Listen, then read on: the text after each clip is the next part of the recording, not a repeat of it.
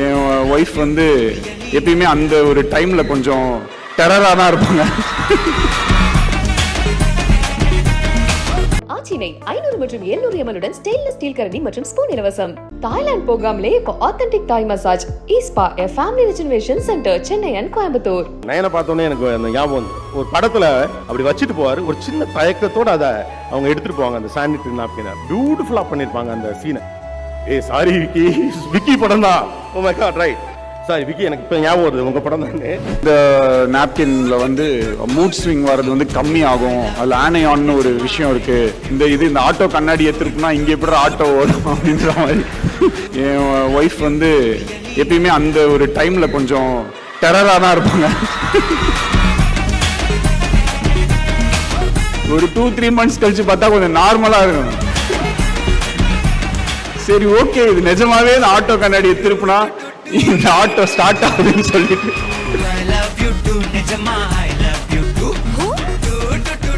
எனக்கு ஒரு சீன் ரொம்ப ஞாபகம் வருது. நயனை பார்த்தோன்னே எனக்கு அந்த ஞாபகம் வந்து ஒரு படத்துல forgot the movie name. அவங்க அப்பா கொண்டு வந்து அந்த அழகம் பெருமாள் சார் இல்லை அப்படி வச்சுட்டு போவார், ஒரு சின்ன தயக்கத்தோட அதை அவங்க எடுத்துட்டு போவாங்க. அந்த சானிட்டரி நாப்கினை பியூட்டிஃபுல்லா பண்ணிருப்பாங்க அந்த சீனை. சாரி விக்கி, விக்கி படம் தான். Oh my god, right.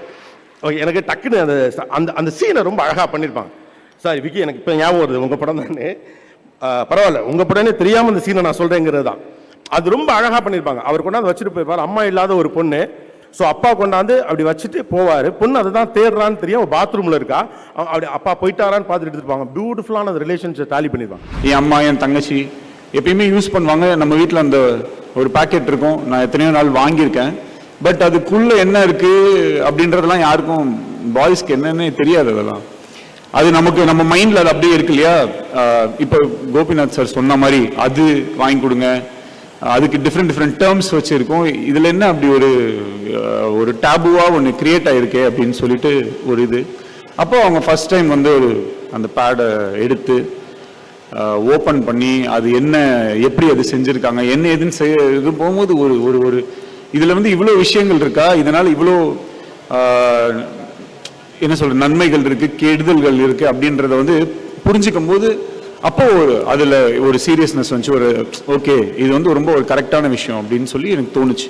தோணுனோடனே நான் எடுத்துகிட்டு போய் என்கிட்ட கொடுத்துட்டு போங்க மேடம், நான் வந்து சொல்கிறேன் அப்படின்னு சொல்லிட்டு இது பண்ணிட்டேன். அப்போ நான் நயன் கிட்ட வந்து கொண்டு போய் நான் இதை நான் சொன்னேன், இதை சொல்லிட்டு நான் கொடுத்தேன். அப்போ அவங்க ஜென்ரலாகவே நயன் எப்படின்னா வந்து அவ்வளோ ஈஸியாக வந்து எதையுமே வந்து அவங்க போயிட்டு இந்த ஒரு ஆடில் போய் நின்று நடிச்சு நீங்கள் இப்படி பண்ணுங்க அப்படி அந்த மாதிரிலாம் எதுவுமே பண்ண மாட்டாங்க.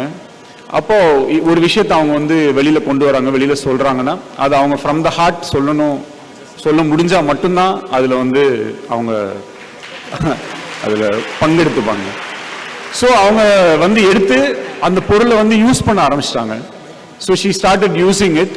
அவங்க அதை யூஸ் பண்ணி கிட்டத்தட்ட ஒரு 6-8 மாதம் வரைக்கும் நான் வேற பிராண்ட்ஸ் பார்த்துட்டு இருப்பேன், ஆனால் இவங்க இதுதான் யூஸ் பண்ணாங்க. அப்போ இதை யூஸ் பண்ணி அதுக்கப்புறமேட்டு ஒரு 6 months கழிச்சு இது வந்து ஒரு நிஜமாவே சூப்பர் அப்படின்னு சொன்னாங்க. நிஜமாவே வந்து இது அவங்க சொல்றது எல்லாமே உண்மைதான் அப்படின்னு. ஜென்ரலா வந்து நம்ம இந்த சோஃபா விற்கிற தம்பி பண்ற மாதிரி ஏதோ பயங்கரமா ஏதோ டெமோலாம் சொல்லிட்டு போயிட்டாங்க. நமக்கு என்ன தெரியும். ஸோ அவங்க சொல்லும் போது தான் எனக்கு வந்து அந்த ஃபீல் வந்துச்சு. அப்போ நான் என் சிஸ்டர் கிட்ட கொடுத்தேன், என் வீட்டில் கொடுத்தேன், என் ஃப்ரெண்ட்ஸ் கிட்ட கொடுத்தேன், என் டீமில் இருக்கிற ஃபீமேல் அசிஸ்டன்ட் டைரக்டர்ஸ் அவங்ககிட்டலாம் கொடுத்து எல்லாருமே யூஸ் பண்ணாங்க. ஒரு கரெக்டான ஃபீட்பேக் வந்துச்சு. அப்போது அடுத்த கட்டம் என்ன அப்படின்னு சொல்லிட்டு நாங்கள் எடுத்துகிட்டு போனோம்.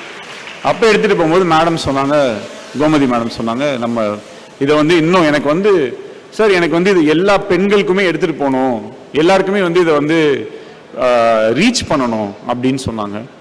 அவங்க வந்து அதை ஒரு வாட்டி கூட அவங்க வாயில் வந்து இதை வந்து எனக்கு விற்கணும், இதை நான் வியாபாரம் பண்ணணும் அந்த மாதிரி வேர்ட்ஸே அவங்க வந்து யூஸே பண்ணலை.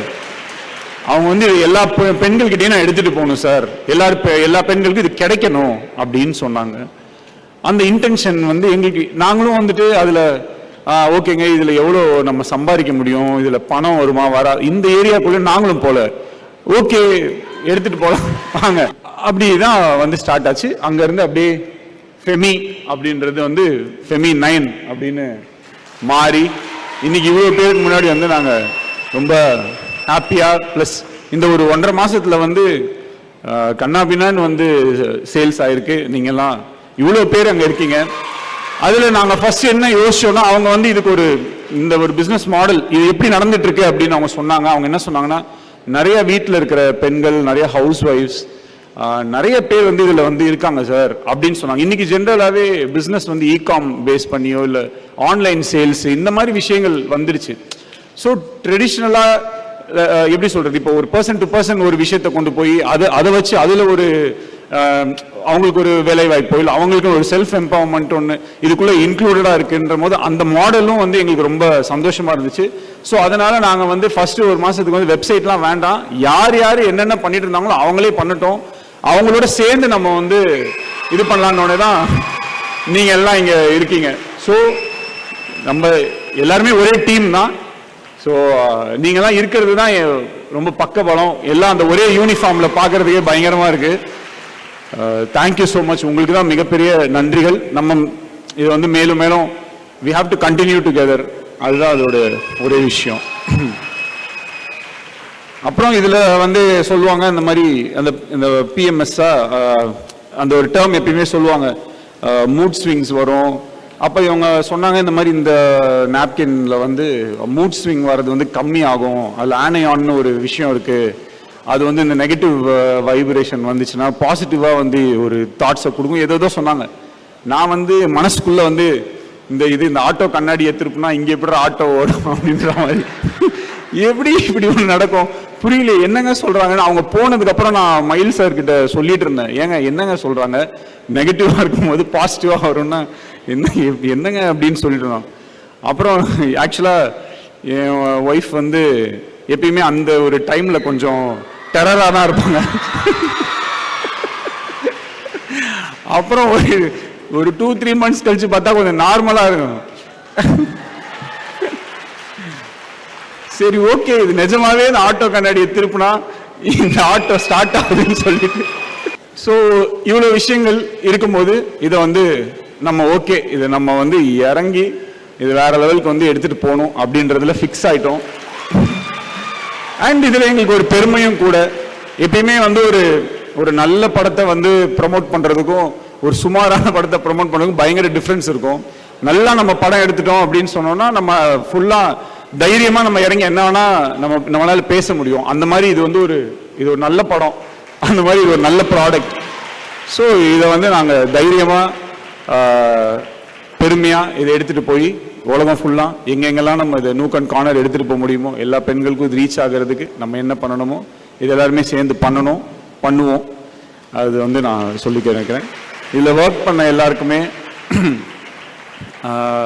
இதில் வந்து இதை கொண்டு வந்த மயில் சார், அப்புறம் இளங்கோ அவங்க, அப்புறம் மேடமோட ஃபேமிலி, ஆனந்த், எல்லாமே ரொம்ப ஒரு இன்டெக்ரல் பார்ட். இந்த டிசைன் பண்ணது எங்கள் கூட அசிஸ்டன்ட் டைரக்டராக ஒர்க் பண்ண ஒரு பொண்ணு, அவங்க பார்வதின்னு, அவங்க தான் அந்த ஃபெமினைன் அப்படின்ற டிசைனே பண்ணாங்க.